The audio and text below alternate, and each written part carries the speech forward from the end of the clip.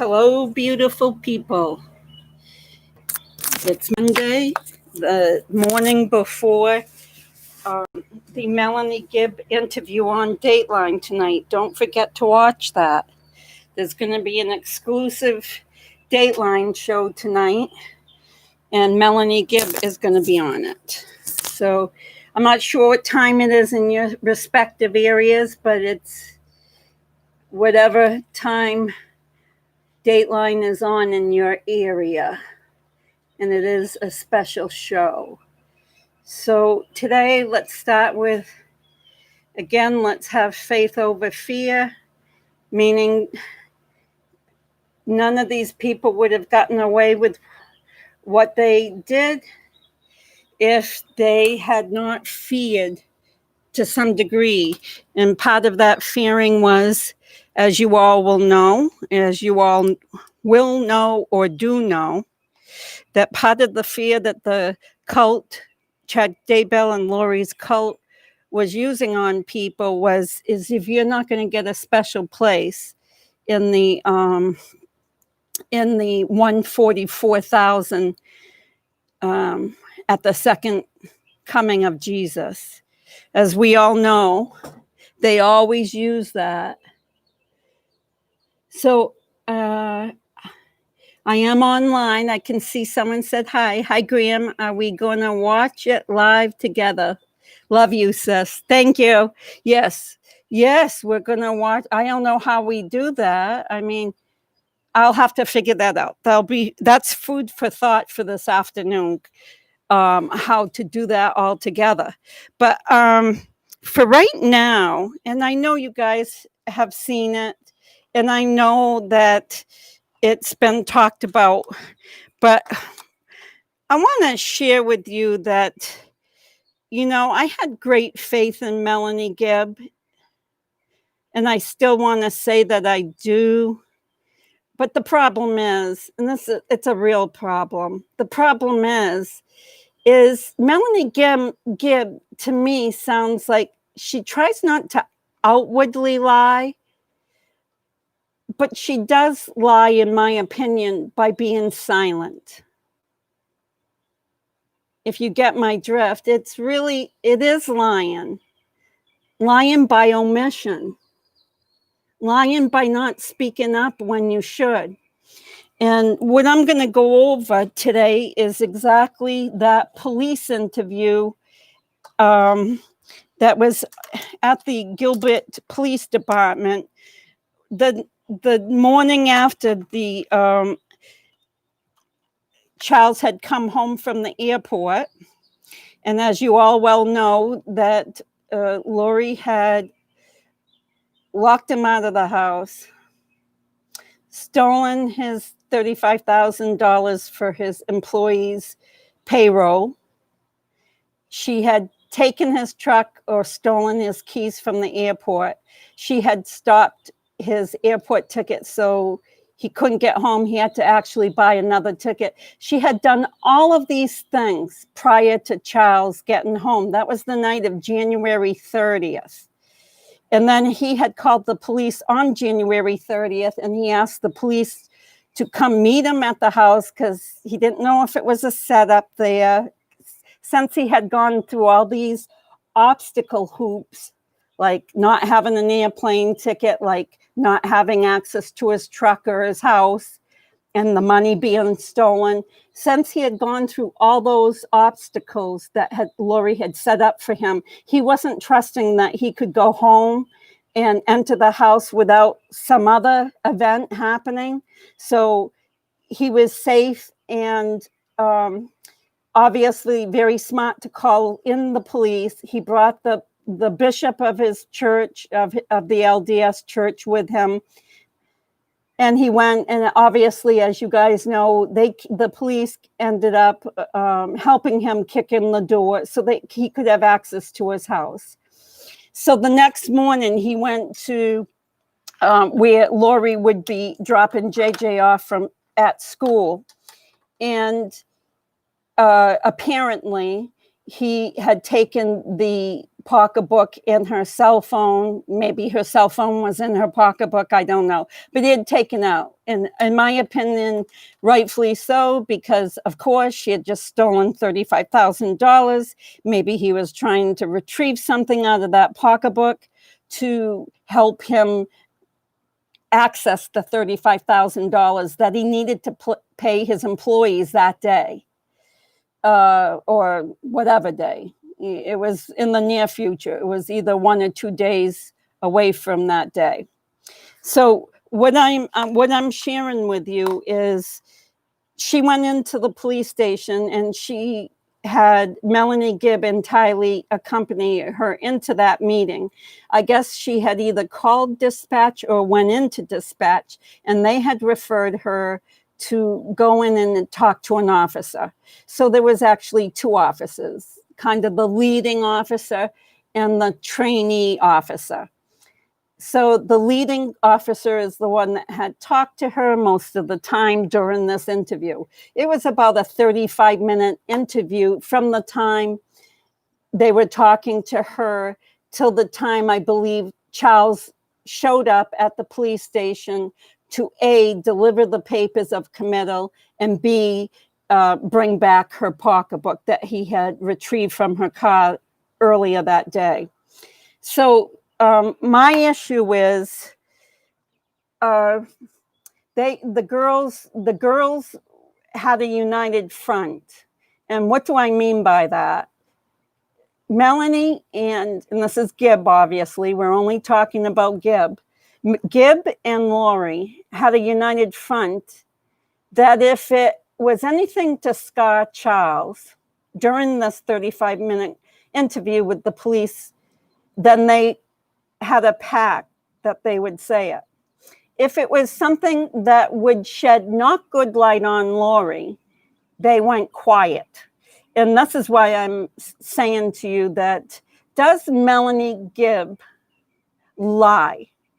And because she tries to portray herself, or has tried to portray herself as this type of religious woman, this religious LDS woman who does not have the ability to do outward lying. She needs to say the truth as much as she can. But it is apparent to me through this interview that she was never telling the truth. And as I said at the beginning, some of the times it was because she was omitting things in certain pockets of the conversation that I believe she should have obviously entered information, but she was omitting information to the police. Now, if a policeman is asking you a question and you have that information, it is my opinion that you need to answer that policeman's, question, that you don't have the right to hold back information that's pertinent to the police having the best, the broadest information to make a decision. So basically, I'm going to start right at the beginning of the interview, but I'm going to share with you so I don't forget, because I have the ability to forget, 2 things. One, I'm going to share something that Laurie said during the interview. And number 2, I'm going to share with you that I am going to stop many times during the reading of this is only 1/2 of a 35-minute interview. So that's all I'm dealing with right now. 1/2 of that interview. So I'm going to read you their conversation between all of them. This would mean Melanie, Tylee, Laurie, the leading cop, and cop number 2 that was sort of a trainee. So I want to share with you that I'm going to stop through it to make commentaries because it's too much stuff that I could never just read you the whole the half of the interview that day and then remember all of it to tell you. So the one point I want to share about Laurie that I might forget if I get deep into this is she said to the officer at one point, and you'll hear it, so you can remind me on the chat if you will, because I'll try to peek at that too. I don't know if I'm good at all this stuff, reading, chatting, and being a commentator. But anyways, I'll figure it out. But if you hear me say something, this is what happened. She told the cops, this means Laurie. Laurie told the police that she did not have a way to contact anyone because Charles had taken her phone. And then during the interview, a phone rang. And he asked her whose phone that was. The primary cop said, whose phone is that? Because he just heard over and over throughout the course of that half of an interview that she didn't have a phone and she had no way to communicate with anybody. And she says, oh, this is my mother's old phone. And I think she referred that she went and got a SIM card and entered it into the old phone. But if you guys remember and think about this, during the Nate Eaton East Idaho news report with Melanie Gibb, did not Nate Eaton ask her about Laurie's phones? And did not Nate Eaton say that he heard about 60 burner phones, whatever that means? Did they buy burner phones, throw them out? And, people can do that. They can have one for a day, throw it away because they only cost, typically $10 or so.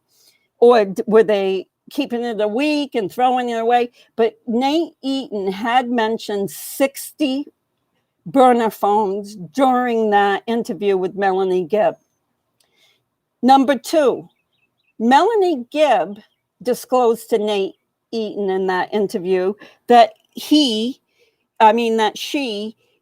knew of 3 phones that Laurie was using. And she made it very clear that one phone was expressly for her and Chad. And Melanie Gibb made it also very clear that they knew all 3 phone numbers, that Laurie had shared all 3 phone numbers with Gibb. Now, why do I say that? Because she said, I would try one number, I'd try another, and I'd never know which one she'd pick up on. So if Melanie Gibb did not know all 3 phone numbers, then how would she be trying each number? Because all through this interview, you'll hear how they had no way to contact each other because Charles had taken her phone. So it's crazy. So what I'm telling you is I'm worried about tonight's interview. I'm worried for many reasons. I'm worried because am I getting snoozed again by a quaint, pretty, middle-aged woman who talks gently, who seems sensitive? Am I getting smoothed by her? But when I really listen to the interviews, she does a good job of covering up when they need to be covering up. And I'm going to say this, if you're not a manipulative person by nature, you can't do that great of a job covering up things. If you're that open, and if your communication skills tend to be as truthful and honest and open as possible, it makes a hard time for the person to lie smoothly. She was smooth in this interview with the police that day with Lori and Tylee. And now I'm starting to think there might have been a smoothness with her in that first interview with Nate Eaton. So with that said, I'm going to start reading the police interview, and it's going to be small parts are going to be disjointed because there's many parts that they're talking over each other. You know how that goes. The whole room would start. 5 people were in that room. Tylee, Laurie, Gibb, cop number 1, cop number 2. And at some points, they were all talking at the same time. So I did the best I could to only pick out, if I could, the parts that were valuable. The rest I, didn't pay attention to in those parts. But anyway, so here it goes. This, again, I believe this is the January 31st the half of an interview. I'm going to try to do the other half this afternoon sometime, or if I don't get to it this afternoon, it will be before Dateline, I hope. So anyways, here it goes. They're at the police station in Gilbert, Arizona. Laurie has gone there on the advice of someone to go get her purse. Laurie walks into the police department. She greets the policemen. You can see their hands going out to shake her hand. She has a gigantic, big smile on, and she says hi. And you know what kind of hi. That same kind of hi that she always does. It's like sort of little girlish. But anyways, the cop says, do we got enough chairs for everyone? Laurie says, you want this one? The cop says, no, my hips won't fit. Then dispatch out there told me to come file a report. It's good to have a record. This is what Laurie said. The cop says, I got a little information from dispatch. The cop says, they said he stole your phone? What happened? And I'm going to share this with you. Laurie has 2 different speeds of speech. And she isn't hard of hearing or almost deaf like me, so she doesn't have speech problems and auditory problems. So she has rapid speech. So she goes just like this. Yesterday, I got in an argument with my husband on the phone. He was in Texas working, and I found some stuff that he has been doing. So he was really defensive. And I took the kids and I spent the night in a hotel because I knew he was coming home. So this morning, when I took my son to school, when I went into the school to bring him, he was waiting somewhere and he stole my purse out of the car, my whole purse, my phone, my wallet, my money, my everything was in there. I did have the door locked, but my sunroof was open because we have a service dog and he was in the car and I didn't want to get him out of the car because it was a mess this morning. She's giggling away. Anyways, real rapid speech. Extremely rapid speech. She goes just like this. We weren't ourselves because we spent the night in the hotel. We didn't have cells. We didn't have ourselves. And he was out of it. I didn't lock the door. It was the first time ever. I don't know if the door locked. I don't know. I don't remember. He reached through the sunroof and got it. And the policeman in a very low voice goes, okay. And I think at that point he might have noticed kind of the rapid speech. But then Laurie continued. But then he started texting all my family and all my friends and impersonating me and got my friend lured over to the house to meet him, where he kicked in the door to get in the night before. The cop said, he did this morning? No, last night, and I'm glad I wasn't there. Gibb said, so I got there and I'm like, Laurie? Where's Laurie? Laurie said, he texted her from my phone because he was pretending to be me. He said to her, meet me at the house. Okay, the cop said, what did he say to you? And he looked at Gibb. You could see him looking at Gibb. Okay. Gibb says, he said, you come in the house now. He proceeded to act like he was himself. Now, I'm going to stop right there. So Charles texted Gibb on Laurie's phone that he had taken out of the car that morning and asked Gibb if she could come to the house, which she did. She gets there. He said, can you come in the house? And then Gibb says he proceeded to act like himself. Now, to a cop, what does that mean? He proceeded to act like himself, like he was contained, that he wasn't irrational or something. I didn't get, she uses weird sentences in weird areas. He proceeded to act like himself. So when I got there, she said, you've been using Laurie's phone to connect with me. And he said, sorry, I deceived you. I said, okay, yeah, you did. Luckily, there was other people there. And then she goes on to explain how there was locksmiths there. Laurie interrupted. He was changing the locks. Gibb says, yeah, the locksmiths were there. So there was a white Suburban. So there was a few vehicles. So I didn't know what was going on. I expected it would be her. I should have noticed that your car wasn't there, she said to Laurie. What kind of car do you drive? The cop says. And an Affinity X80. Cop says, so you got to the house, you got there? And he said, yeah, I deceived you. And then what was he calling you for? Gibb says he wanted me to go over there. And he said, yeah, I deceived you. And then what was he calling you for? See, they talk over and over. That you'll notice through all of this that they say the same things. It isn't me making it up. It's them. They watch what Laurie does all the way through this. Gibb says he wanted to go over there and get some information about her, pretty much. Oh, okay. What did he ask you? He was asking what was going on. Like, where is she? I didn't say where. I didn't even know where she was. Laurie interrupted and said, I didn't tell anybody, talking over each other at this minute again. Something about being safe. Laurie mentions something about being safe. You couldn't discern it because they were all talking over each other. Gibb, I think he basically wanted me to take her side.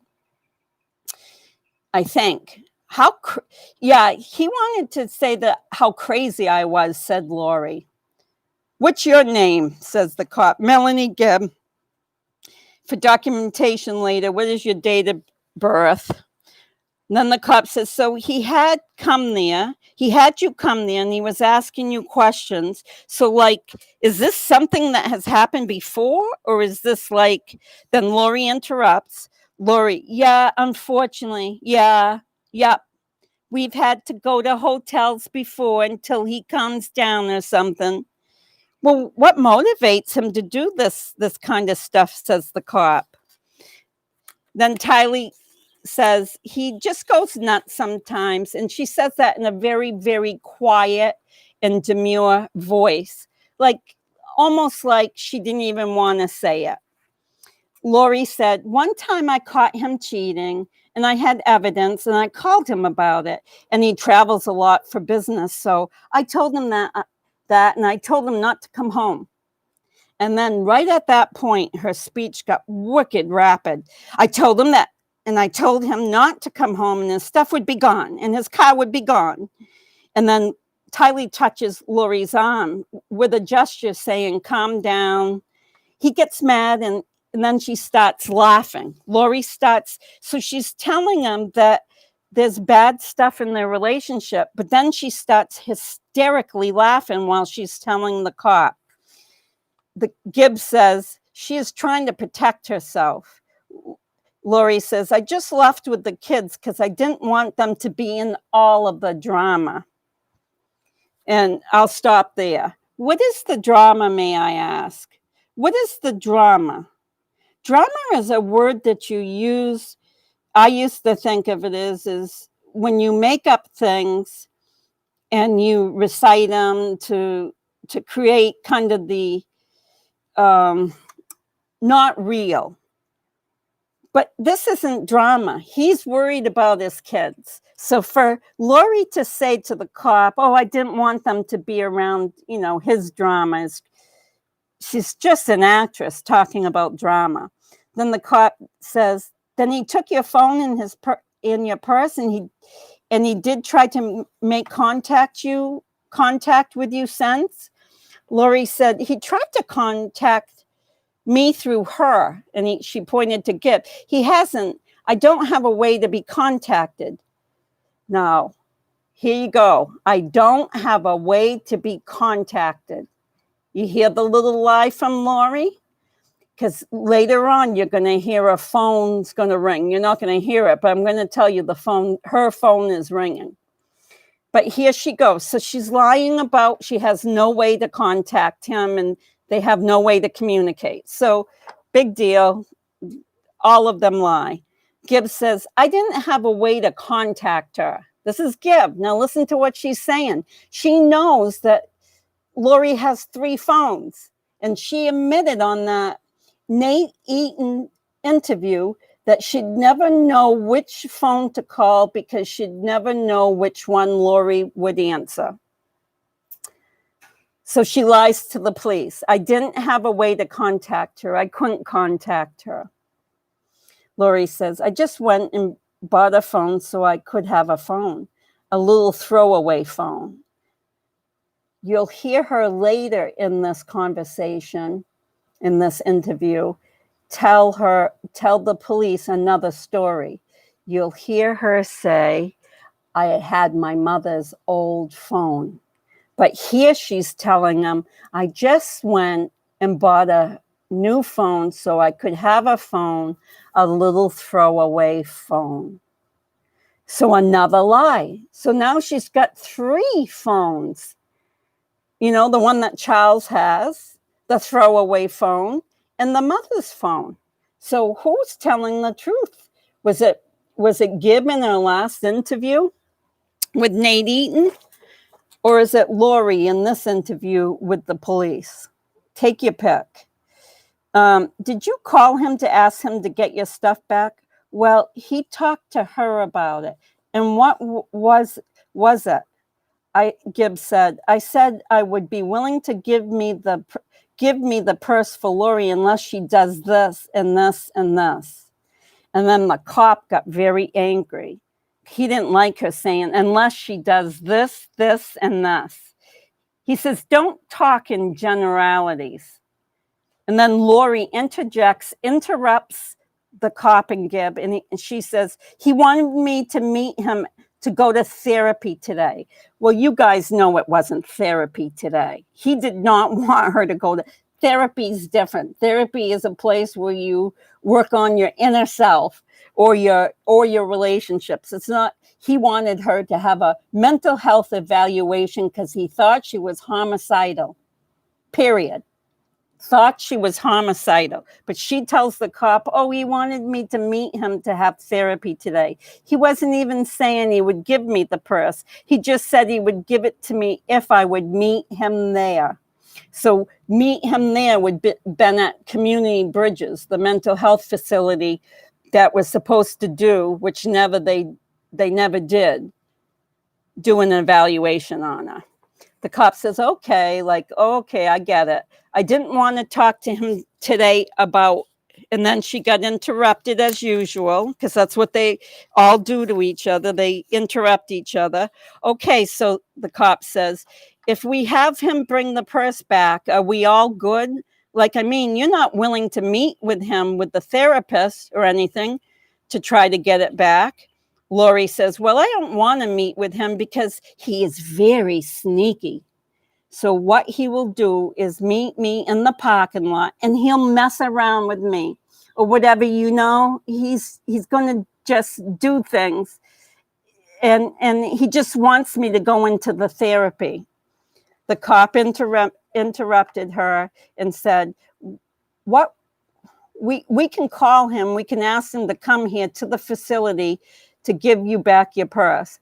That would be fine if you want to do that. I know he has it because the cop says, obviously he has it because he's been texting Gibb. Laurie says, that will be fine if you want to try that. I know he has it because he texted all of my family and my kids too, because I know it was him. Gibb says, so we know it was him that took the purse. She was inferring that if he didn't take the purse, he wouldn't have the phone. Then Lori and Tylee and Gibb constantly are talking over each other. Cop says, what was he texting you? Tylee says, I have the text. He was basically just texting me. Lori interrupts Tylee with that really witchy voice that she has. He was acting like my son was in danger. He was acting like he was worried about JJ. Tylee says, shh, shh, to her mother. In other words, stop talking. There you go. Stop talking about that stuff that we don't want the police to hear. We only want that you're the victim, and the police are only going to hear how he's victimizing you and how he has incredulous behaviors towards you. So Tylee shushed her mother, and then Gibb interjects. She says, he was saying JJ was in danger, and he was like, and Laurie starts to giggle. Well, wouldn't you all start to giggle if someone was telling you that someone was claiming that you were harming your child, that you were endangering your child? Wouldn't you all giggle over that? It is so crazy in the parts that she giggles. She giggles. It's like someone just pinched her, but she ain't going to tell who pinched her. So she's lying to cover up who pinched her. She is just so out of her mind. He texted me, hey girl, are you okay? This is Tylee. Hey girl, are you okay today? Then the police redacted something Tylee was saying. They shut the microphone off. When they came back, Tylee was saying, please tell your mom I won't be home for a bit. I love you. Tylee sent me a strange website. No, Tylee says this. Then he sent me a strange website about our church. And Laurie interrupts her and says, listen to this, preparing a people. So that's the website Charles had sent Tylee and was trying to tell Tylee there was something nefarious with that group. Now, I'm not saying that there is. I have no information to say that the preparing a people is a bad overall group and is up to culty things. But what I can say is Charles was tipping Tylee off that he was concerned about what was being said on that website. And he had sent the link to Tylee's phone. Tylee says, yeah, this is what is happening. Then he texts me at almost midnight, so sorry, but I have no choice. And I danger. And why I'm saying this like that, it got redacted again. The police shut the microphone off because Tylee was rehearsing what Charles had said and was saying, oh, there was some danger. So while Tylee was talking about that to the police, the cops turned off the microphone. It came back on and you just heard the word danger. And then Tylee said, Charles had said, I had no choice. Well, he didn't file a police report as far as we know. So I'm assuming he was just trying to get a response. And then he said, I love you. So Tylee was saying, Charles was saying everyone was in danger. And Tylee was saying her inference or his inference was everyone's in danger. And Tylee thought he was just throwing junk at them just to get a response. The cop says, police report. What police report? Because he hasn't heard anything about a police report yet. He's heard nothing about Charles having a police report. Well, I don't know, Tylee says, but he was acting like he did something. Of course he did something. He did make a police report the night before at the house after he came back from the airport when he had the bishop in the car, after Laurie had stolen the $35,000 from his business account, locked him out of the house, took his truck. Yes, he filed a police report. By them going over and helping him to get into the house, that they would have made a police report on that. So Tylee's right. He was acting like he did something. He did. The cop says, those text messages came from, do you have it entered in as your mom's phone? Tylee said, no, that wasn't from her phone. This was before he had her phone. This was last night. Lots of talking over. Laurie is in the background saying he didn't get the phone until this morning. Tylee says, and he was sending the same text word for word to my cousin. You know who her cousin is? I can share this with you. Who her cousin was living with them. His name is Zach Cox. He's Adam Cox's son. He's a college, or was a college student at the time, going to college in that Phoenix greater area, living with Laurie, Charles, Tylee, and JJ. So there was 5 of them living in that home when Laurie locked everybody out and stole everything. So who Charles had texted was Zach. He was texting her that she was dangerous to JJ, that, he was dangerous to the kids overall, that he was very, very concerned about the welfare of his kids. And he was texting Tylee that, and she was making sure the police knew that he was also texting Zach that. But the thing is, she made it sound like, oh, he was just being annoying, that it wasn't a real cause, that there was nothing to have caused that they were in any harm. And so Melanie Gibb is sitting there, and this is what I'm telling you, lying by omission. Melanie Gibb is sitting there knowing, this is January 31st, 2019.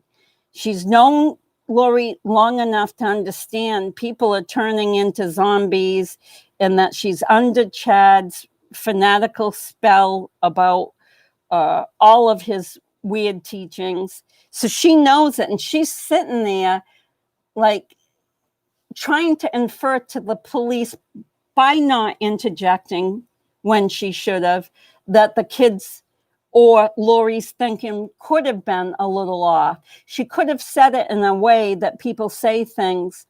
You can say things that are detrimental about somebody without crushing them, right? And you can find the words when you're a grown-up. But as I've said before, I don't think any of them are grown up. So I don't think they have any way to articulate themselves in a grown-up fashion. But so let me see what this says here. So they're fighting over that. Oh, who's in danger? Why are they in danger? They're just throwing that all around the room. Then Laurie says, my friend told me, my friend is a police officer, and you know who that is, Jason Morrow. And he said, go file a report, file a restraining order. I don't want to do all that stuff. I just want to be on the record. If you can get my purse back, that would be lovely, because all of my stuff is in there. I'm really mad about my lip gloss. And the cop hysterically giggles. And then there's some other talk. They're all talking over each other again. And then Laurie says, he is mad because I took all the money out of our account, but it's a joint account, and he wants me to give him the money back. Well, that's a civil issue.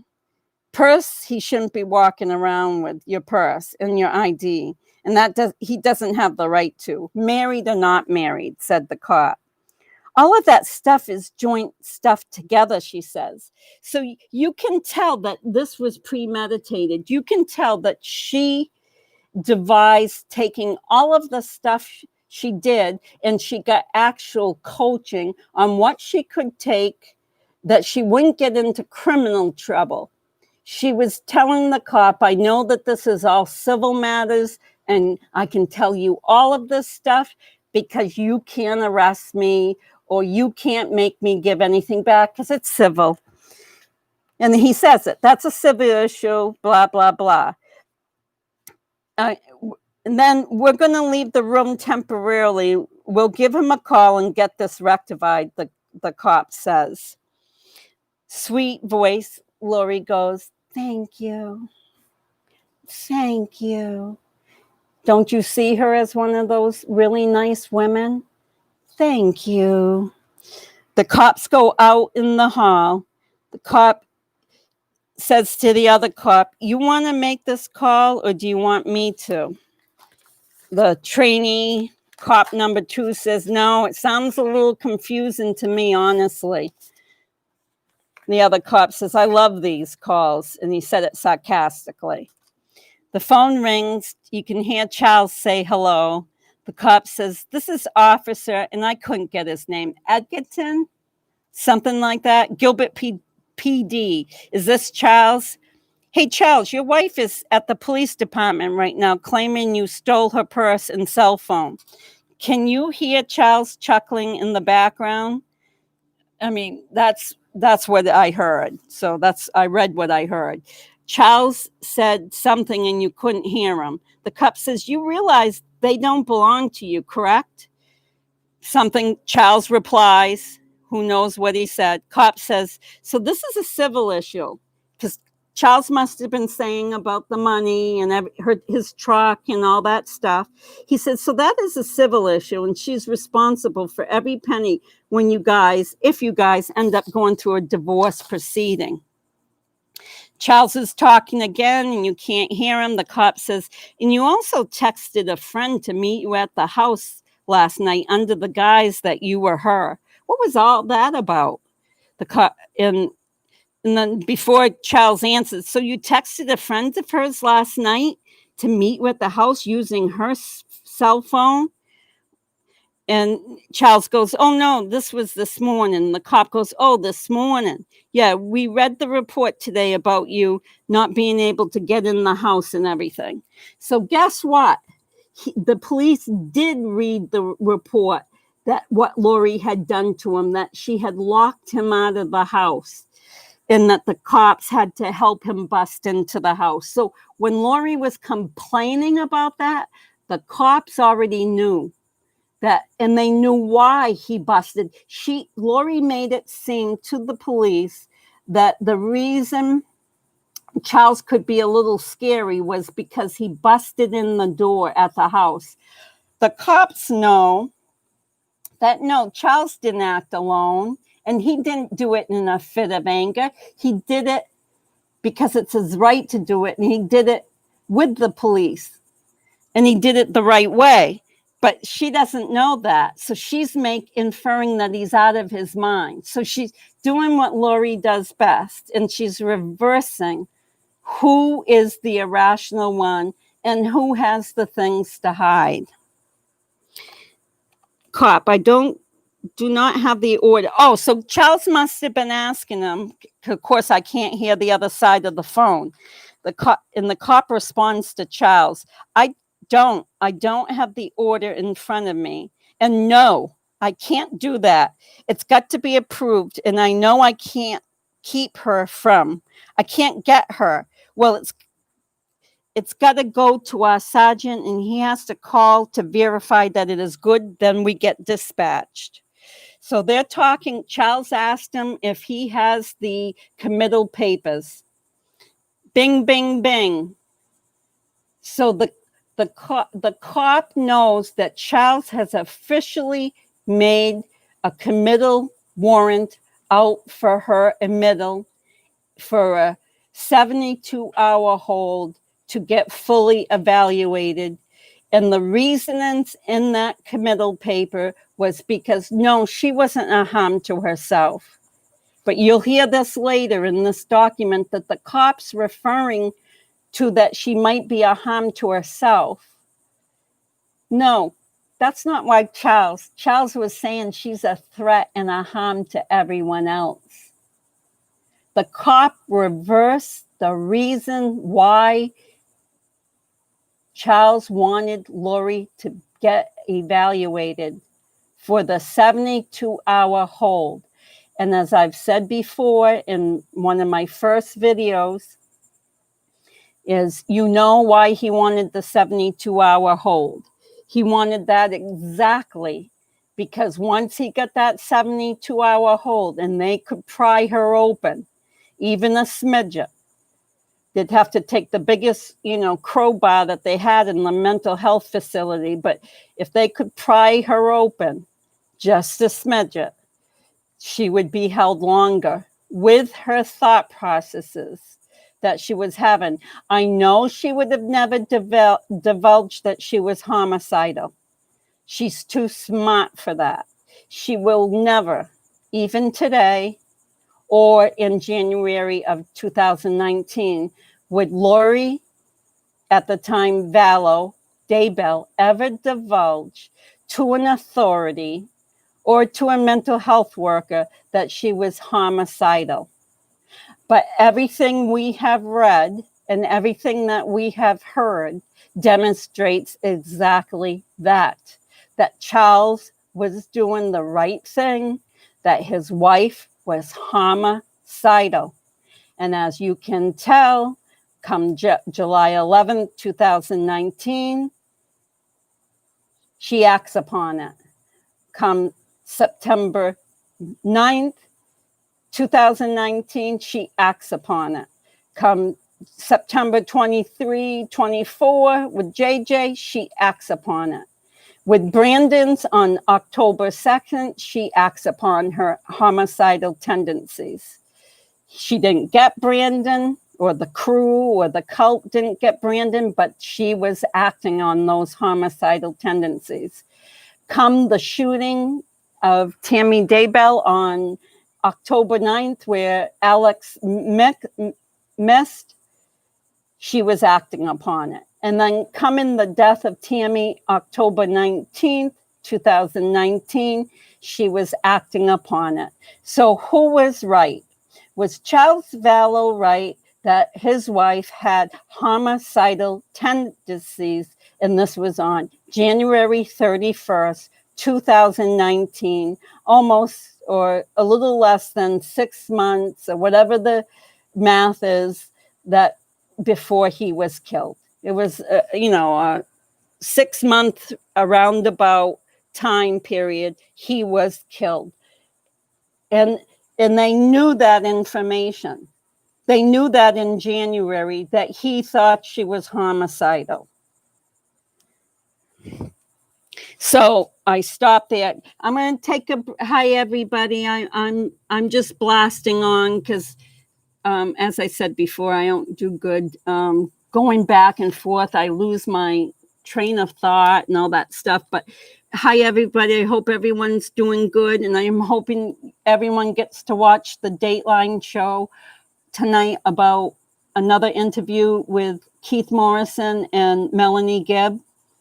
It's on tonight. I don't know what time in your particular time zones, because everybody's across the world that listens to these channels. But yeah, sometime tonight. And this is only half of the interview that morning or early afternoon on January 31st. She's trying to get back her purse. But in the meantime, while she's at the police station, Charles is going to be on his way there to submit the paperwork so that the sergeant can authenticate the paperwork, that it's real paperwork, that Charles didn't fraudulently make the paperwork, and then call the doctor and ask the doctor if it still stands, if the paperwork is still valid. And once he gets that done, the police will take her for her evaluation that Charles had asked for, that, as you've heard me say 1,001 times, and you'll hear it because it's my biggest complaint, is she never had the evaluation. They brought her into Community Bridges knowing that she was homicidal and that she had bizarre thinking, that she was 100% delusional in all of Charles' writings in those committal papers. They brought her in and they released her. And as Melanie Gibb has told us in her interview with Nate Eaton, that Laurie was happy. She believed she had passed the psychological evaluation. No, she passed an intake that she conned her way out because she knows not to say that she's homicidal to anyone other than Chad, other than Alex, other than Melanie Pulowski, other than Melanie Gibb, maybe Summer Shitlet, maybe Janice Cox and Barry Cox, and whoever else I'm leaving out that you guys can think of that she would discuss that people needed to die with. Because as you well know, she was discussing that people needed to die, whether they needed to die because they were going to get in her way of her mission, or they were already in a zombie state. And at that point, your body is devoid of humanness. So it means nothing in their minds to kill you because you're no longer a human. So therefore, when you kill this non-human entity, this person, you release that person's soul back beyond the veil. So then their soul can go beyond the veil and they can live an idyllic life beyond the veil, and they'll be perfect. And that is crazy as crazy can be. And crazy as crazy can be. Yeah, show me some love, Rebel Rose says. Show Grammy some love. But anyways, like and subscribe if you'd like. And I'm going to just read back some of this. I still have more about that interview, but I'll just take a break from it.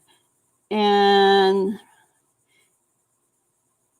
Laurie had Richard Jason Moe, a former police officer, guiding her and Melanie Gibbs along the way of exactly how to counteract what Charles was trying to show. Thank you, Deborah Adams. You guys always say it better than I can say it.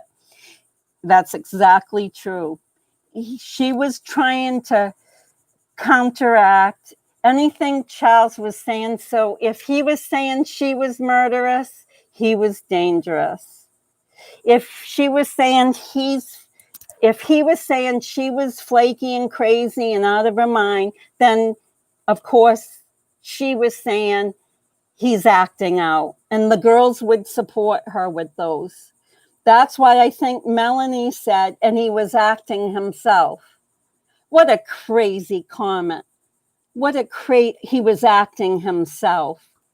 What does that mean? So he was acting like a normal person. So you dignified him by saying he was acting like a normal person. Well, why didn't you dignify it a little more and saying exactly everything Charles has said thus far is true? That's what I'm saying. Did she lie by omission? Did she lie and lie and lie? And I'm talking about Gibb. We already know Lori's does. But did she lie by omission to all of these people? Whether it was police, whether it was therapist that was interviewing her when she had the intake. You know, it is unbelievable. Yes, crazy has no limits, Debbie says, with these people. You're 100% right. You're 100% right. So with that said, here they are, and they're in this meeting. It lasts, again, 35 minutes total. And a lot of the time, as I said before, they're talking over each other. You can't even distinguish what they're saying. They're all talking at once. Even sometimes the cops, you know, it's like it appears to be a crazy that no one has the decency to stop talking or to let someone else talk, because that's why it's so hard to listen to the interview. That's what I've discerned out of it, is how can you get all the facts out of the interview, because you can't hear it all because they're all muddled. So I'm going to go on with it. I'm going to go on with so he's telling Laurie there's a civil issue and all that stuff. And then, of course, they walk out of the rooms and he's talking to Charles. And he says to Charles, so you texted a friend of hers last night to meet you at the house using her cell phone. what was that all about? And then Charles must have been explaining, no, that was this morning. And then the cop said, yeah, we read the report today about you not being able to get in the house and everything. Charles is talking again. We can't hear him. Cop says, I do not have the order in front of me. And no, I can't do that. It's got to be approved. And no, I can't keep her from, and he was going to say leaving, but he never finished the sentence. He said, I can't get her. Well, it's got to go to our sergeant. He has to call to verify that it's still good. Then we get dispatched. And what he meant is then we get dispatched to pick her up. But they already had her, so they didn't have to do that. Charles says something, and then the cop said, that's how the process works. And I can't keep someone here against their will without a warrant or a valid. And then he stops talking. The cop says, well, I'm telling you right now, we have a process. You come right here, you turn it in. It goes to a sergeant. Sergeant calls the doctor. Well, I don't have that. And for all we know, it's not even valid anymore. So you see how he's talking to Charles? I know you guys all know this, but you see how he's talking to Charles? He's feeding Laurie, as you'll hear, and you've probably heard it before. He's feeding Laurie how to get out of having the mental health evaluation. And he's feeding Charles at the same time.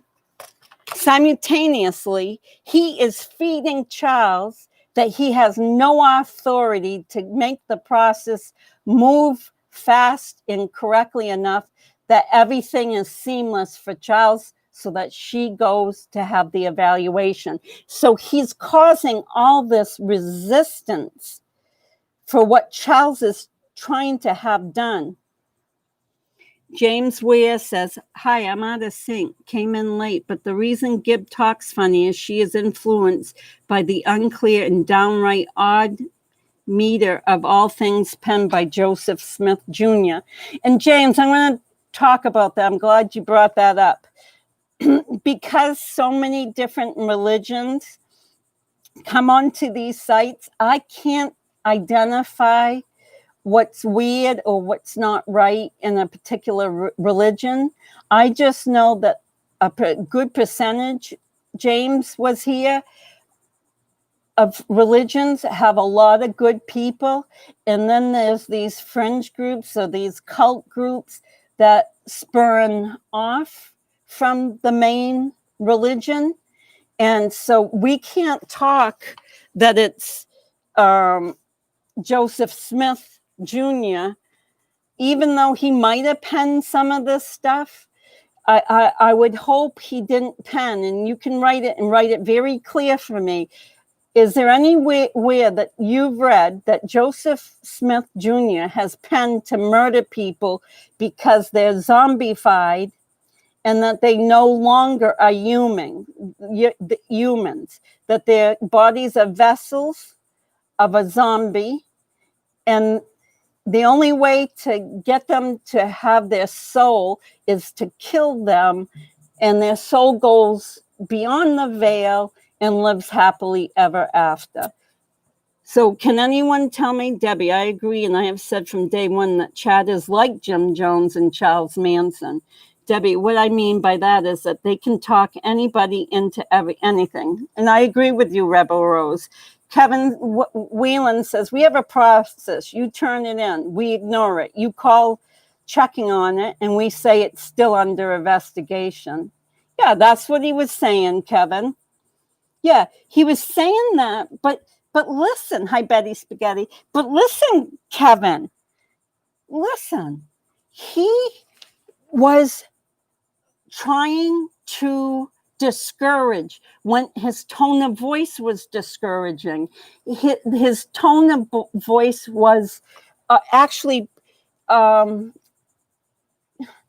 yelling, but real gruff with Charles, a very gruff police. But then he'd go back into the room and he'd talk to Laurie how she could get out of it. and how that if the police come knocking on the door, only look through the peephole. Don't open that door, because if you open that door, you'll get apprehended to go for that evaluation. But if the police come to the door and they're knocking and you know it's police, don't open the door. Only talk to them through the door. He schooled her that. He was schooling a homicidal woman. Only point I'm trying to make here. She was homicidal from that day on until her last killing, which we might not know what her last killing is. We think it's Tammy Daybell. We think it's Alex Cox, her brother, but that might not be true. There could be people after. You know, she had from Alex Cox died, what, the 12th of December? She had from December 12th to February 20th when she got brought into custody. She had, what's that, a little over 2 months? She had 2 months to be killing other people and setting up other murders. Who knows what she did in Hawaii? Yeah, the cop was a jerk. So he's taken this, as I've said before, petite, soft-spoken, unassuming type woman, and putting all his police stock into her. He tells her he is not going to take sides, but it is untrue. He had already taken her side. He was gruff and making it hard for Charles. He could have just said to Charles, just like this, hey, Charles, there's a process. Soon as we get that process, we'll guarantee you, we'll do our best together. He didn't say that. He was inferring that, hey, this might slip through the whatever, this might slip through our paperwork today because, you know, there's a process. He was inferring to Charles that, baby, you might not get what you want because we got your wife in the other room and she's satisfied us. She's done such a good job at interviewing with us for the last, it must have been 18 minutes at this point, that we believe her over you. That's the message. He wasn't directly saying it to Charles, but it was inferred through his conversation with Charles over and over. So no, Charles could not win. It didn't matter what he said. This cop was a joke, says Kate 73. We should make a petition to have him fired. Yeah, I couldn't even hear his name. Engelmatt? We'll have to figure it out. We can call the police station and get his name because of my hearing. And, you know, they have those heavy accents that I don't have. I didn't think they are allowed to coach someone. Yes, they coached her. Not only Cat 73, did they coach her through her interview there? They coached her on what Community Bridges was going to be looking for. So they were giving her tidbits of what to say. They weren't coming out saying it. They were, again, it was an inference. They were trying to tell her what to say and what not to say during the intake at Community Bridges. And Melanie Gibb said in an interview that they met at church. I noticed that lie. So in retrospect, they could be more. See? Yeah, exactly. Oh no, she's lied all over the place. And what's hurt my feelings, you know, as much as you can hurt my feelings from being someone that I don't know, but what hurts my feelings is I feel that she's tried to trick us. I really do. I feel that Melanie has tried to portray herself as uncunning and unable to lie. And I don't think that's true at all anymore. When I hear what she doesn't say when she needs to answer a question definitively. We need female investigators with female suspects. Seems like females can see through each other. Yes, you got it, little TP. talking about TP, I don't know about you in Florida, wherever you are, I can never get TP here. Ever since they told them people ransack the stores for TP. Anyways, wow, that has to be against law enforcement policy. If I were Kay and Larry, I would sue law enforcement who didn't help Charles at all. Naya Simone, I agree. Yeah. Thank you, TP, as Rebel Rose says. Thank you very much. Yes, so it is very clear, beyond the preponderance of all evidence in this it's a half of an hour interview with Melanie, Tylee, Laurie, and 2 cops. It is beyond the preponderance of evidence that the deck was stacked against Charles Vallow that day in that police situation, even though his court paper won, because she did get to move over to Community Bridges for that evaluation. But I am going to share, guys, can you tell me what the police might have done before they transported her to Community Bridges? So let's, for the purposes of just clarity here, so it all happens.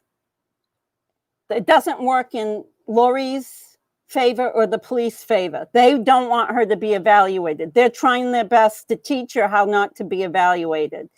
They tell her it's civil, that if she doesn't come in contact with police, if she doesn't open the door for them, they can't do a thing. They'll just walk away and not do a thing because it's a civil action, not a criminal. What can someone say, and this is where I'm really interested in the chat right now, can someone tell me in this chat what happened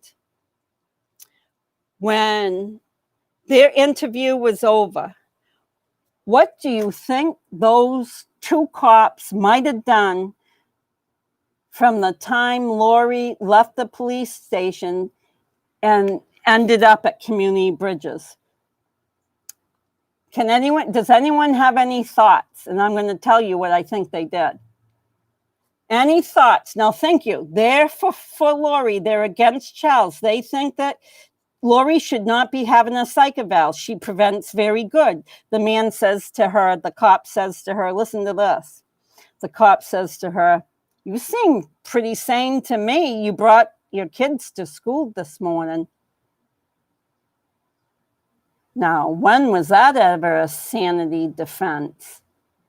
That you brought your kids to school this morning? That means you're a sane person? Oh my God, couldn't believe it when he said that. That's in my, yes, he said that, Cat 73. He said that. He said, you seem pretty, he was convincing her that in his opinion, because it was a civil matter and they couldn't force her unless the papers came through, his sergeant, and when those papers came through, as long as she wasn't in their presence, they couldn't do anything. So they were saying, stay out of our presence. If they come to your house, don't open the door.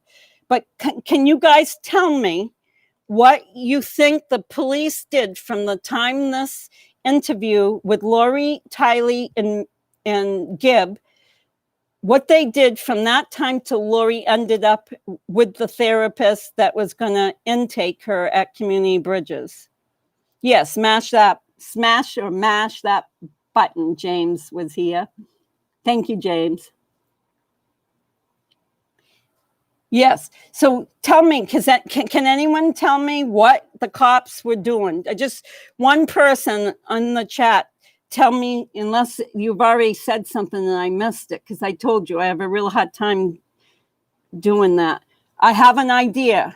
And you know what idea I got? I'm going to tell you. I got an idea what happened. When? I'm going to see if someone responded. Debbie's responding. You were discussing conflict resolution. Conflict resolution is taught in university requires at least a master's degree to be employed. Law enforcement have no knowledge of this. Oh, yeah. Well, that's why they shouldn't be doing what they're doing. Thank you, Deborah. Of course. Honestly, it seemed very standard what the officers were saying. Again, she knew exactly what to say in her answers and how to work them. Yes, she did. No, and I understand what you're saying. You're saying give the officers a break. Or at least that's how I'm taking it from you. You're saying give the officer breaks. That, you know, they went to a 2-year technical school. They went to a 2-year technical school, Deborah Adams, and then they had to go to the police academy for like 12 to 16 weeks, and that was mostly if they could pass physical tests and psychological tests, and then they get admitted. You know, so yes, I understand what you're saying, and I'm with you. I've worked with cops in my life before, and I understand their limitations. But this wasn't exhibiting limitations. This was not exhibiting that they're limited in scope. This was exhibiting that they were crafting ideas for her. They were crafting. Okay, so the husband saying to them, Deborah, I'm going to speak to you because you're the one that brought it up.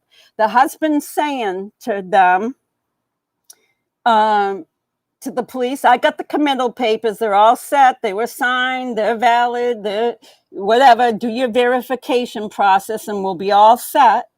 So the cops are saying, the husband is saying this to the cops. But they're actually schooling her. So everything Charles is saying, they're going back and schooling her in the opposite direction. Deborah, I don't care if you need a master's, a doctorate, or if you just need life experience. To me, it doesn't matter. There's a difference between schooling, coaching, modifying information to get your result. And that's what they were doing, Deborah, in my opinion. They were modifying information to get their desired result. And their desired result at that time was not to have her go for an intake. It was embarrassing. And they pretty much told her that in that interview. Poor you got to have a psychological. Okay, Deborah's talking to me. Charles really had no way of doing anything different unless he personally took the children and left with them. But he had Tylee, who was very loyal to her mother. She would have said, no, I'm not going. Well, then he could have taken JJ. One would be alive, maybe. Yeah. So if you're telling me they don't have master's degrees, which I think a piece of paper anyways, because you can give someone a master's degree and you can give someone an associate's degree and you can give someone high school degree, and the high schooler might come out with the better program than the one that's the MBA or it doesn't matter. I've worked with them. I've worked with psychologists. I've worked with psychiatrists, and I've had to do trainings for them. And I'm going to tell you why. Because when it comes to real life situations, they learn in books. And when they are in real life situations, most psychologists, most psychiatrists falter. And I don't want to get on that because I could do a show just on how this triangle, this group of people, from police to psychiatrists to intervention people, let's call them that. Let's call the third segment fail their clients. This is a prime example of failure of the system. And this is prime example of taking a side, even though your duty, your charge is not to take a side.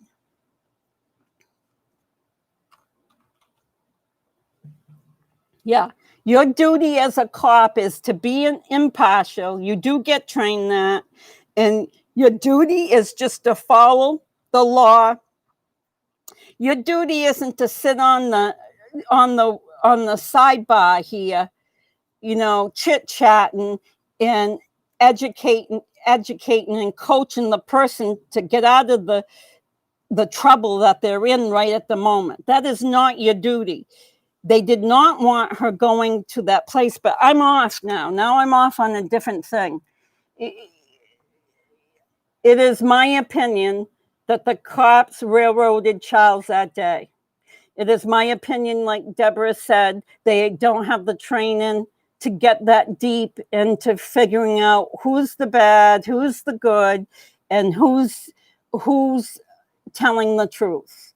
So they should have, by the letter of the law, instructed her the same way they instructed Charles. But they didn't. They coached her, they schooled her, and educated her. So that's besides the point now. The point I'm trying to make is, because I've worked in the industry, I'm going to say this bit. I know one of those cops picked up the phone, and I would say it was leader number one, the Edgar Hart, that I couldn't hear his name. I would say it was Edgar Hart. Picked up that phone and tipped off Community Bridges. And he said to Community Bridges this is just a theory. The theory goes like this. He calls Community Bridges and he says, we have papers, they got officiated. She's going to be coming over. She's been with us. We've been in a 35-minute meeting with her. She seems fine. Take it from me. I think this is just the husband trying to control her or something. She's fine. I've seen that happen time in and time out. That's all I got to say. And how one-sided those cops were, it seemed like they would do that. Now, I'm not saying they did, and I'm not saying there's any documentation that would ever prove they did that. But it makes sense, not because I'm just thinking of this case. I'm thinking of my work. I always worked with police officers. I always worked with psychiatrists, psychologists, mental health workers. And I saw the inner makings of how they relate to each other. They all jointly, behind the scenes, make up their decision, and they cue everybody else in that triangle so that everyone's on the same page. So that would be only my guess, that they gave her a pass, that the police called Community Bridges and said, hey, this is all a ruse. This Charles Vallow's just playing games with this poor girl. Oh, yeah. Yes, I saw that too. Maroney. Yeah, she was married to Maroney. But anyway, so that's it. That's my spiel. I know I've kind of gone on a tangent here about, and I don't want to put down the police, because I'm going to be honest with you. When I worked with them a lot, they were good and I was good to them. But the issue is I was working with the person in need. So they were just, let's say it as frankly as I can, they were just glad I took that person in need off their hands. When they saw me, I glowed. I was like the angel that walked in the room, just like Laurie. I was an angel. And I would walk in there like, oh, yay, our savior's here. They're going to take this mentally ill person off our plate. They'd call me, page me 24 hours a day, anytime they had difficulties. So I'm not just saying from the evidence. I'm saying from my experience how they work together, they move people from one plate to another and as fast as they can. Let me see what Betty says. Laughing at Laurie's mental state isn't so funny now, isn't it? Yeah, I know, huh? Yeah, they laughed and giggled. The cops were laughing. A lot of times I couldn't hear what Tylee or Gibb was saying because the cops were laughing over them. So you try to listen to it. Put earplugs. I have only one ear that works partially, so maybe it's just me. But I couldn't hear over the giggling. I know. Any state, the laws in the state about the car being taken, the laws in the state would be if both names are on the vehicle. That's it. If both names are on the vehicle, then she would have, and they usually are, right? When you're married, you usually put both names. I mean, not all the time, but if you buy the vehicle together, it goes on the loan papers or it goes on. But anyways, that's my spiel about that. And I wasn't even finished, but I don't even know if I want to finish right at this point. I want to listen to you guys for a minute, just so my head clears. If the cops did coach her, which they did, thank you, Mary Kennerly, and called community bridges, they were way out of line. 2 kids are dead because Laurie was not held for a proper, of course, Mary Kennerly,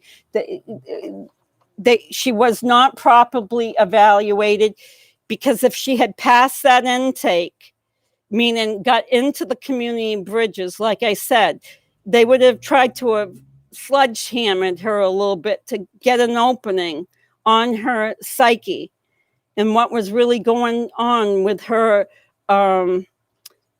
delusions and her psychoses and all the things that were making her in part, I'm going to say in part, evil.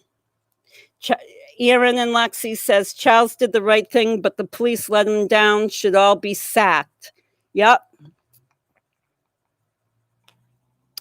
Yeah, they try to do just like we all do. We all try to do the best we can in life, but it's not their training.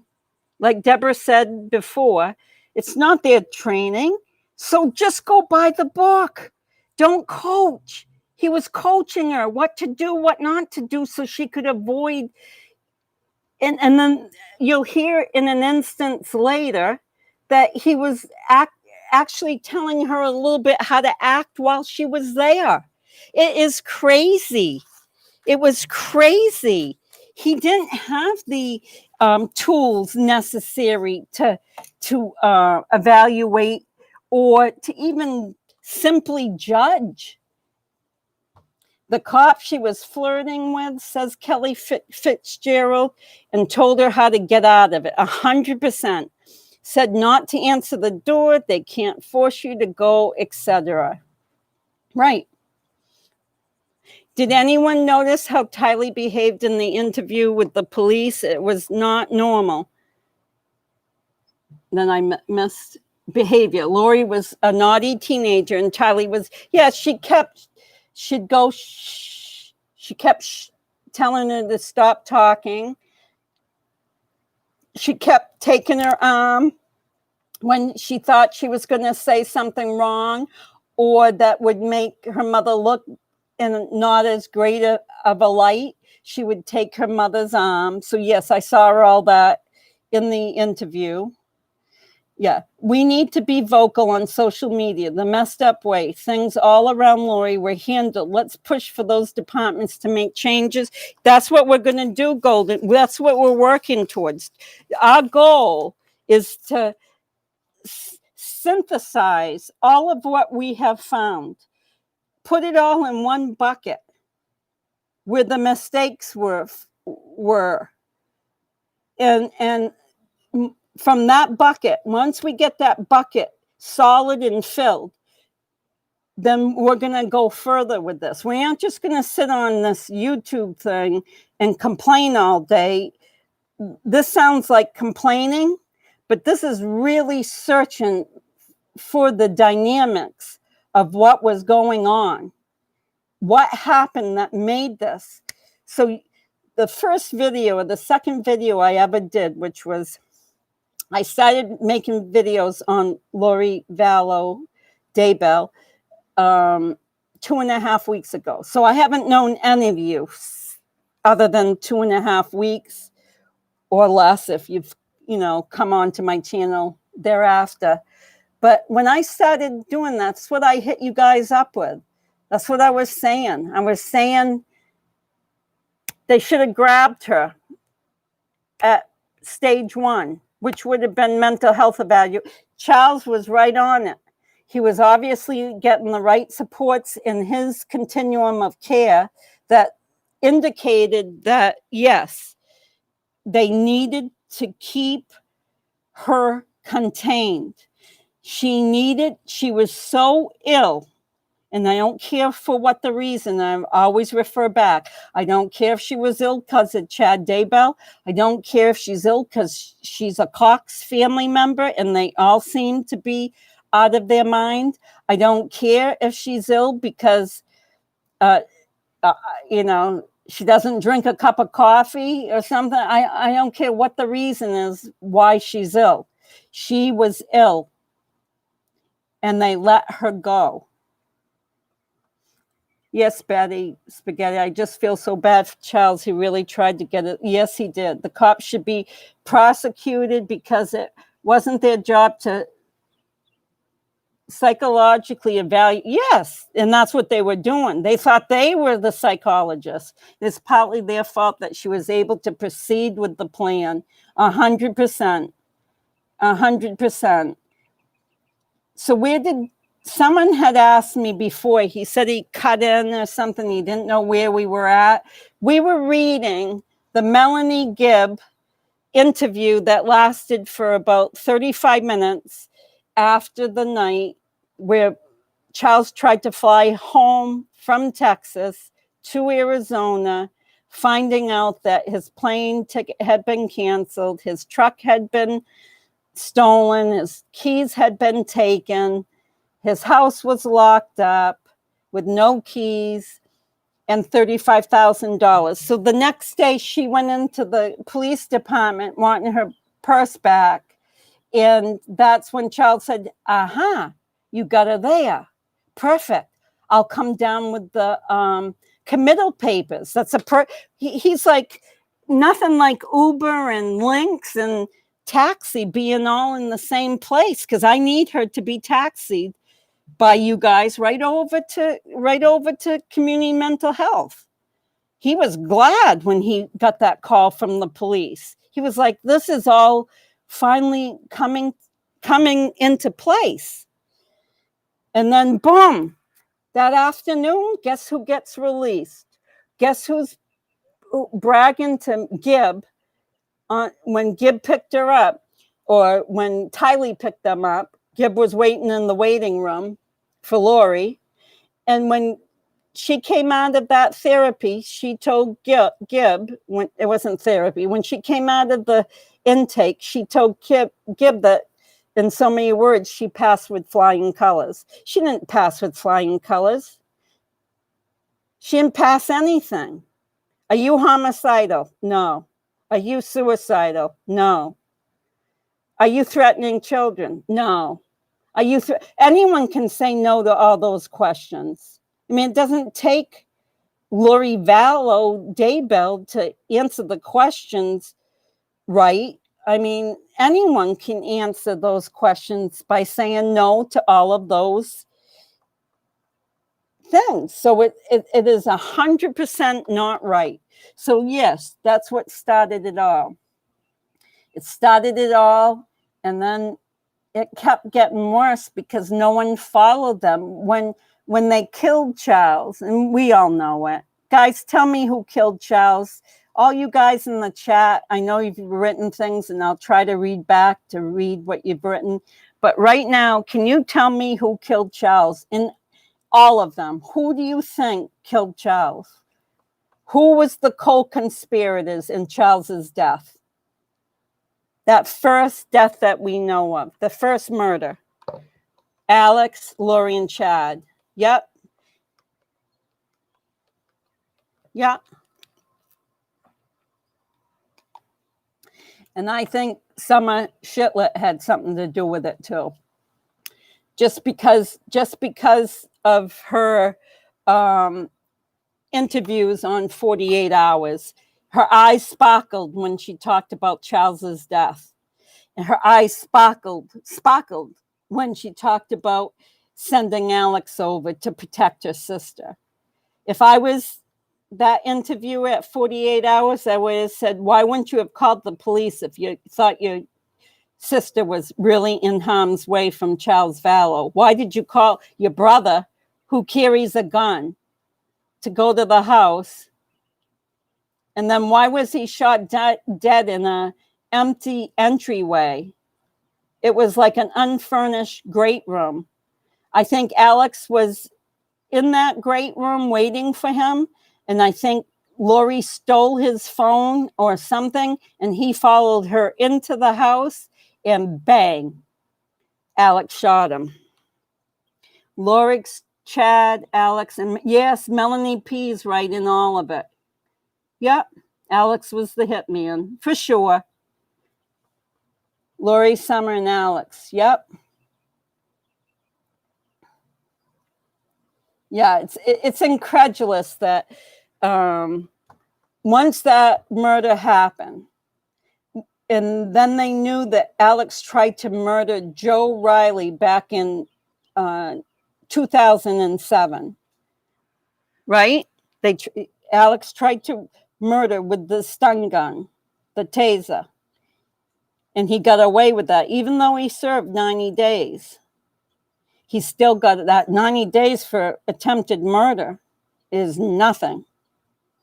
Melanie Gibbs and Alex took the shot at Brandon. Ooh, Melanie Gibbs? Ooh, he had to have a drive-in. Why would you think harm would come with Melanie's face in the driver's seat?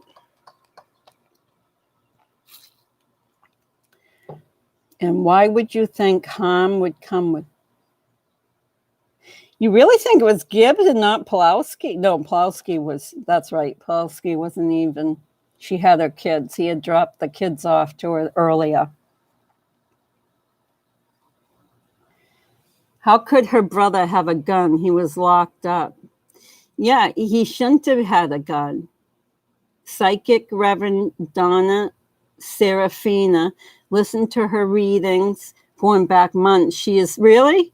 Aaron and Lexi, I know you've mentioned that before. That's good. I'm glad, because the cops weren't spot on. The therapists weren't spot on. Any other investigators, detectives weren't spot on. So I'm glad Donna Serafina was. That's why Brandon had to take the kids and he went into hiding. Of course. He must be still in hiding, wouldn't you think? I wouldn't ever trust them. Melanie's still on the loose. Ian's drank the Kool-Aid, right? Ian Pulowski. He's right up Melanie's, you know what? That's what I was saying. Alex was a felon. How he was not arrested after shooting Charles. That's why I think this whole thing is fish. Yeah. And you guys have said it before. Was it an inside job as far as keeping it quiet? I wouldn't think it was an inside job as far as the murder itself, but was it an inside job of not investigating it the way it should have been investigated? Aaron and Lexi, Donna is dead on. She literally drew a map of Daybell's property months. Really, Deborah? Wow. She drew a map of their like where the children's bodies were going to be buried, or close enough. Multi-Siren says, Debbie, I think you could be right. Remember how convincing they all are? So it's some kind of BS. Betty Spaghetti and covering up their mistakes. Yeah, who gets 90 days in jail for attempted murder? Right, Kelly? You're 100% right.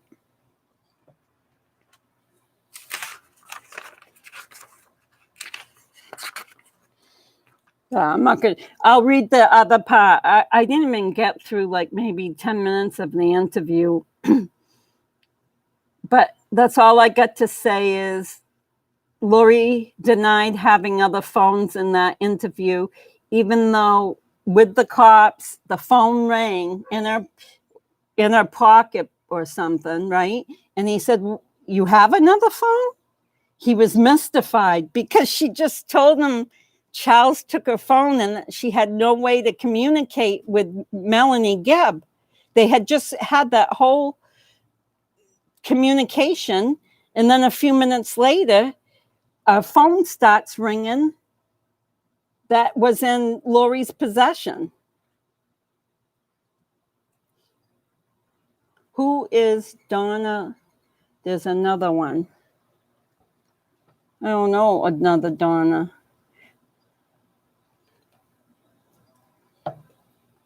So you guys looking forward to the Melanie Gibb interview with Keith Morrison tonight? How do you think that's going to go down?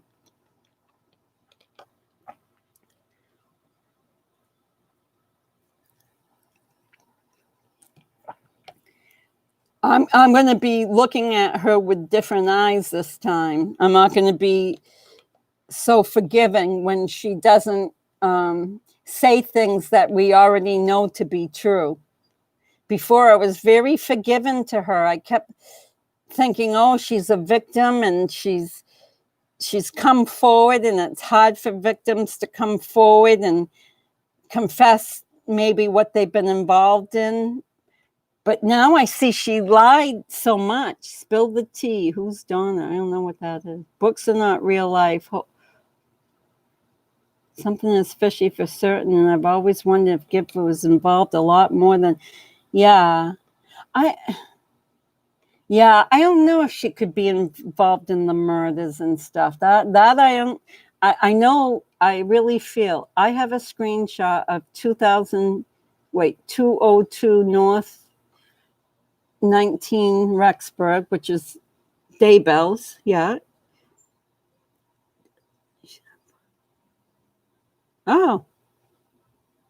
She said this psychic said that she said a pawn that looked like a thumbprint on Google Earth.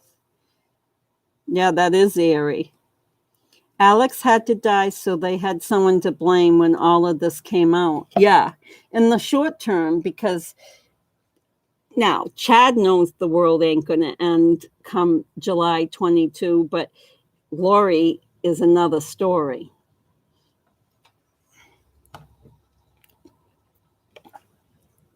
But how mentally unstable does a person have to be used as a puppet the way Alex was used? Yeah, he was a real hitman. He was a real, I mean, you can't get more of a hitman than him. Someone wrote me yesterday, because I wrote a fake resume, and it was really just like a timeline of all the killings and who might have been involved with them, and where the payment, where the compensation would have come from if the killings happened, which some of them did, obviously, and some of them didn't. They missed two. Well, they missed two, but then they got Tammy the second time. Okay, so I was reading. Alex had to die so that they have someone to blame when this all comes out. But how mentally unstable does a person have to be used as a puppet?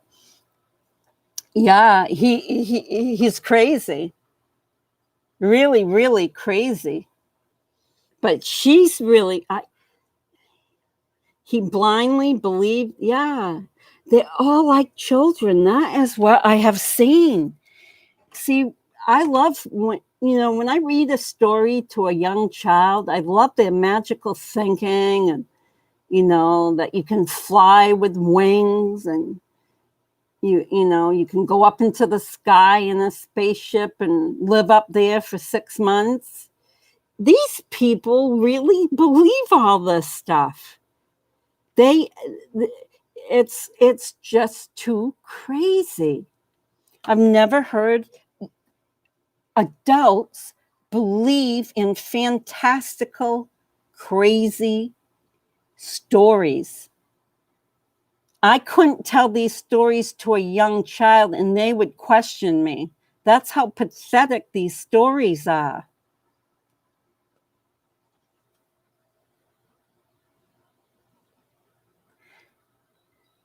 Naya says Melanie Gibbs may have plotted with others for the murders, but she knew what was going on. She talked to the police only because she didn't want to be implicated in the murders. I hope that's not true, but I'm open to it, Naya. I hope that isn't true, but I am open to it now. At first, I idealized her. I said at least one person has some kind of moral compass. That's what I thought of her at first, that she had some type of moral compass. But now I lump her right into those ones that I'm reading a children's book to, and they're believing it. What else we got here? James was here. Hi, Gigi. I meant the tortured syntax and obscure word choice of MG reflects the style of Smith. Oh, I see. Yes, they all have that. James was here. They all have. Yes, it's. I call it stunted. I'm not sure if that's the best. They have stunted communication skills. Yes, and you're right. Their phrasing is weird. Like they put phrases in that you would never expect someone to put a phrase in.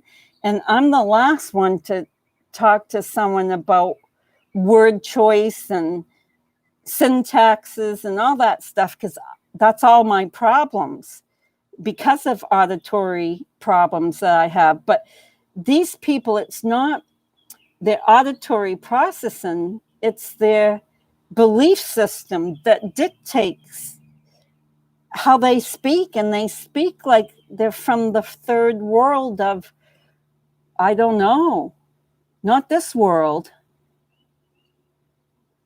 He may very well be sanctioned murdered, but his writing is so bad no one has ever read the stuff. Betty Spaghetti says, it's like they were socially stunted, which happens when severe. Yes.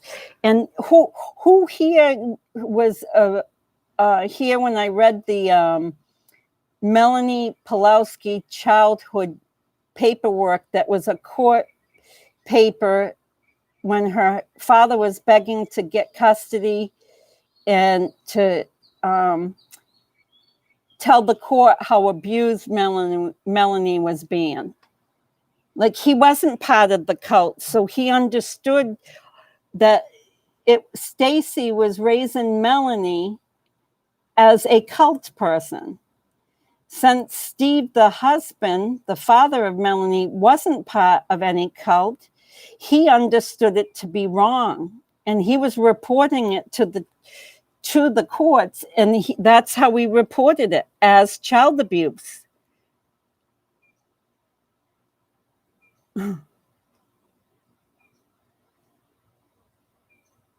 Yes, you're right. No one's excusing any of them. No one's saying that they're 2-year-olds or we're going to have story, time right before bedtime. No one's saying that. No, we can't. They are all adults. Melanie has 5 kids, including the one in her belly. I wouldn't let her babysit my pet kitty cat. I have a hermit crab, a pet hermit. I wouldn't let her babysit my hermit crab. Good for Steve Cope. I'm so glad, Deborah Adams, that he's helping Brandon.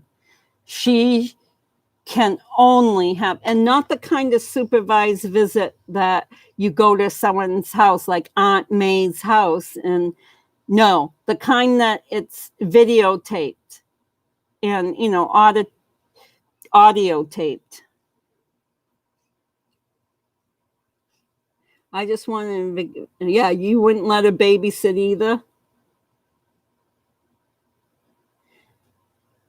With or without religion, good people can behave well and bad people can do evil. But for good people to do evil, that you really think, wait, let me read that again. With or without religion, good people can behave well. Yes.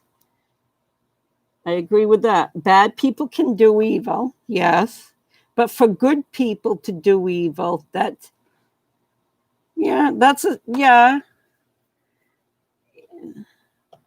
Oh, I see, because they brainwash them. But those are the fringe groups. Most people won't go to those fringe groups in the church. You know, all churches have them. We can't blame just one specific religion, and that's what we can't do, because it happens all the time. What about the fathers that killed their daughters?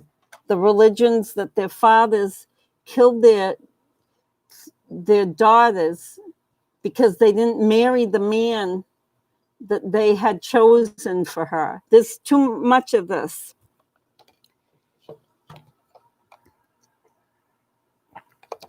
Yeah.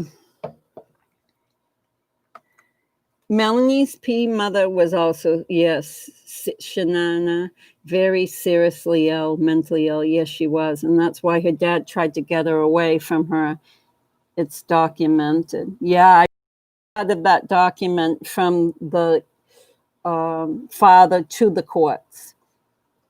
Yes, I read that the other night. It was really hard, again, for me to read because it was missing side margins. So the left and the right margins, words were missing.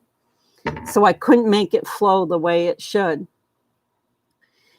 Melanie Gibb is 4 beers short of a 6-pack. Laurie is 6 beers short of that. Oh, it's like, did we get the Stepford Wives in real time? Like, did that movie like inject itself into these women and men? Ian acts the same. Ian's not too far behind Melanie.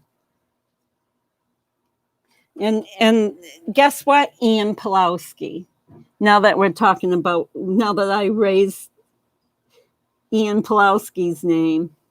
Guess what, Ian Pulowski? You told us that even if JJ or Tylee came and was right upon us, we wouldn't believe that it was them because we're so, evil and promoting an agenda that is untrue. And why aren't you telling the world that you're sorry for what happened to your niece and nephew? He's never come out. They have never, he never met them anyways, because they were dead before Melanie had her 10-day relationship. Yes, I definitely could. James was here. You are on to something there. Joseph Smith had 40 wives. One was young as 14. His beloved was Emma Smith. His brother name was Hiram. Yeah. I have shared this channel and others focus on the murder of the children on my Facebook. I think I will start a Facebook page and put it all to. Thank you, because I don't have Facebook to speak of. I only have a small little page that I open up on occasion, but not for personal use at all. I don't use a face and never have, but I know how they operate to some degree. I know that people communicate on them. I'm lucky I know YouTube, and it's because I was watching all of the crime shows, and I watched the Watts crime show a lot.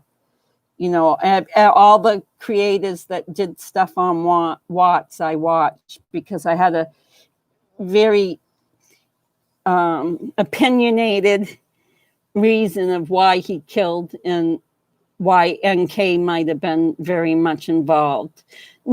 Not to say that she wanted the kids killed, to say how she pushed the whole killing along. So that's another story. In the interview with Summer and Janice was mentioned that Summer told Alex to go to Lori's the night before to protect her. And you know what I say to that? And I've said it before. If I thought my sister was in harm's way from a very dangerous man, I might have called the police. I wouldn't have sent my brother over who's half cocked with a gun. So, Summer, you set Charles Vallow up. That's my opinion. I have the right to say my opinion. Summer Shitlet set Charles Vallow up. It's documented on 48 hours. I was so glad. And her eyes, as I said before, glistened and sparkled when she said it. I don't want to be mean, but I'm upset about this Mormon stuff. James was here as saying this. It might be more insidious than Scientology. Never give Scientology a number. I'm telling you that much. They call you and call you. When my granddaughter and I were in LA, we went into the Hollywood Scientology building just to see it. It was so beautiful. And we mistakenly gave them our numbers. And then they call and call and call. Yes, I believe that, Shannon.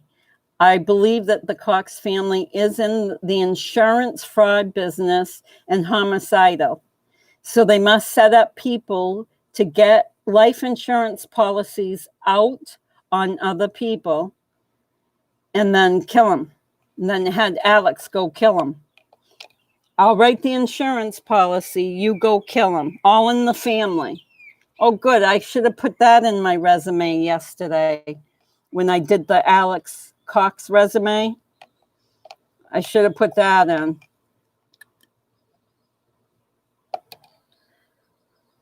I'm feeling that the whole thing was a setup. I'm pretty sure we're all going to find more twists. It's insane.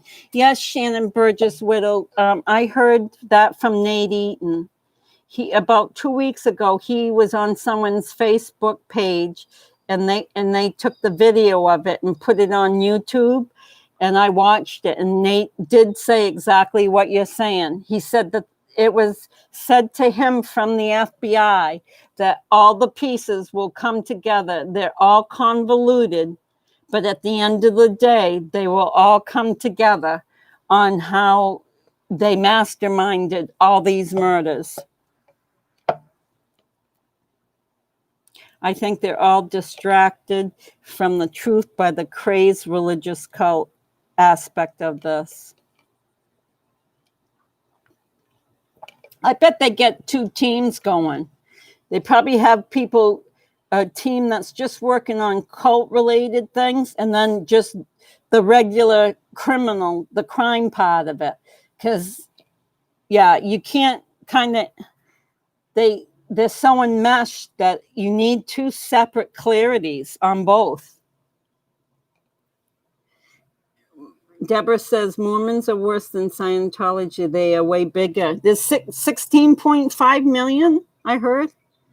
All walks of life. One even ran for, oh yeah, Mitt Romney. He was a governor of Massachusetts. Yeah, I believe you, Golden Mayor. Money is the evil. At the end of the day, it's nothing. Religion's secondary. Cult is secondary. Who you love is secondary. That I think their whole game was money. And Chad didn't like to work, obviously. He never had a job, right? He never had a job, so why not? Why not kill? Can you imagine meeting that family and then finding out that you have carte blanche when it comes to someone that will kill, as long as you tell that person that the other person's a zombie, that they'll go kill him? Oh my God, Chad hit the jackpot when he met that family. Yes, Dutch Reagan. Joseph proceeds to Tylee. I don't know what his estate was, but yes, whatever his estate was, then Charles Vallow would have been $1 million, Tammy Daybell 450, and Brandon Boudreaux would have been $1 million. Yeah. Joseph Smith Jr.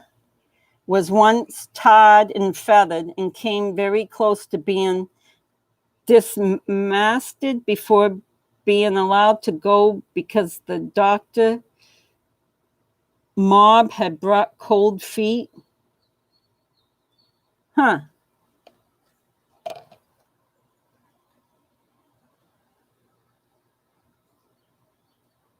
Charles killed, facts we do not really know, but what was claimed. Right. I think we're all distracted by the truth, by the crazed religious cult aspect. No, the truth's pretty clear, I think. I think it's, I'll say it, the money, and the money. Chad wanted that money. Laurie, a little bit, because she's always, you know, wanted the money and got it. But Chad had never had it, so it was a big deal to Chad. The money became very important. What do you think they did that with that $35,000 that she stole? And she took off for 59 days thereafter. Remember that? She took off for 59. She had 35,000. I probably don't even spend that in a year. You know what I mean? Like, what did she do with $35,000 in less than 2 months? Yeah, Melanie Gibb is out to fill the space Lori and Chad have left wide open. Yep, I betcha.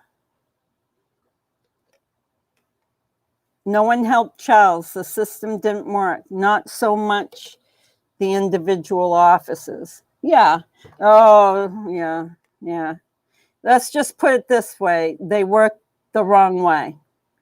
They were working it to get Laurie out of any mental health trouble.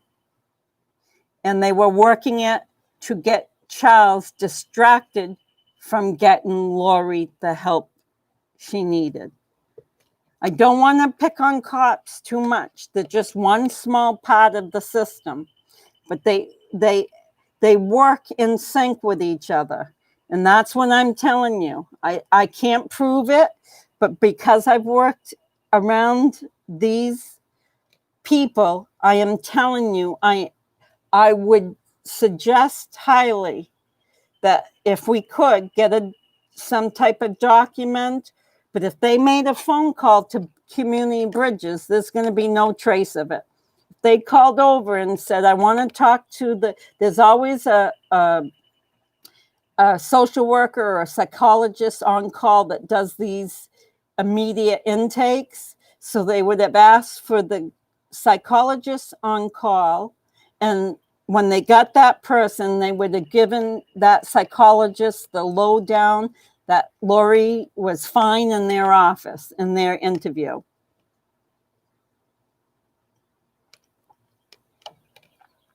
I think Laurie is the mastermind, and Chad was duped because of his distorted views. That being said, they're both evil. But you know what's funny? And I know everyone's picked up on this. He always looked nervous when the news reporters were around. He looked nervous. She looked entitled, always. She even at one point when she was crossing the street in Hawaii, she took out the camera or her cell phone and started filming the reporters that were filming her. Now, here she is, just have her children murdered, had his wife murdered, had her husband murdered. She's that full of herself that she whips out her cell phone and starts filming the reporters as they're filming her crossing the street. That tells you a lot about how brazen she is. Thank you, Multi-Sirens. Exactly, she says, Grian. Yeah, can you imagine if you murdered someone, you're guilty, the reporters are after you, but you're making it like there's no reason? that they're just harassing you when you know you've murdered the children? She is crazier than the crazy. Yes, I hated that, Rebel Rose. When I watched that interview, I actually watched it just to let you know. I got so upset. They had about 5-minute commercial breaks on that 48 hours with Summer and Janice. Every time they went into the 5-minute break, I would jump in the pool and I'd swim like a mad person in the pool because they were making me so mad. They really were, because everything that came out of them was manifested. And I loved Janice at the beginning. She was funny. She starts, before the cameras really start rolling, she looks at Summer and so what are we going to say? Oh, we have our plan. We'll just stick to our plan. And I'm thinking, oh, here we go.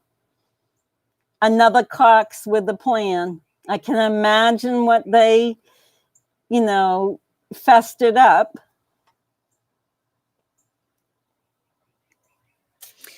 So anyways, guys, I think I'm going to end in a minute or two because I've been rattling so long. I never finished what I was reading you, but I can finish it later today. I can take somewhat of a break and do some things and then come back a little bit later and finish part of that interview. But I think I made some really good points with what I had for information anyways. I think I made the point that the deck was definitely stacked against Charles at the police station. I also made the point that Melanie Gibb was lying the whole way through. I also feel that Laurie and Melanie were in sync. They only would mention things if it would negatively affect Charles' reputation with the police. And then, of course, when it came to something, and you all know, she was complaining that Charles might have been having an affair. That was funny. That was really funny. Melanie Gibb sitting there knowing that she's in a hot and heavy affair with Chad. And there's she's,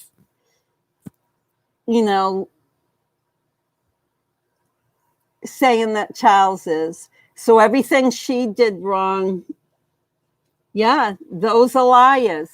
And honest people, the real honest people don't get that. They don't get how easy liars lie and how they reverse the situation. And that's the gaslighting part of it, is Laurie was an excellent gaslighter. Oh, thank you. I love to hear you. I love your channel. So grateful. So many care. It kills my heart. We need to be the voice of the innocent. Yes. And like I said before, guys, I don't know if I missed your chats because it's hard to get to everyone. But I said this before. We're not going to end with just talking on YouTube and my throat getting dry. We're not going to end with that. We're pushing this further. I don't know if any of you heard my video, Happy Father's Day to Charles Vallow yesterday, but in it, I'll condense it.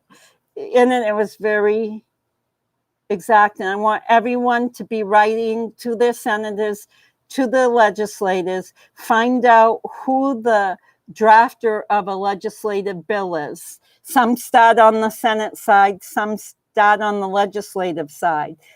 So go on to wherever state you live in or whatever country you live in, go on to the website, find out who the senator is or who the representative is who has drafted a bill relating to men not getting services or domestic violence and that type of stuff, murders, that type of stuff. Find a bill that suits this situation, this murder case, and write to your senator or your representative and what you think needs to be changed so that there's not another Charles Vallow that gets kicked out the doors of all the agencies. And you know that's what's happened. He's been kicked out.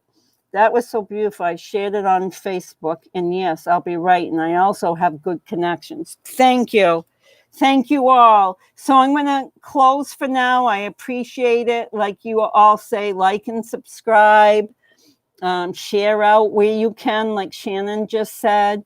And we are not just going to get on here and complain or investigate. Those two are parts of it. But we got to bring our complaints and our investigation to a higher level, which would mean to make changes somewhere.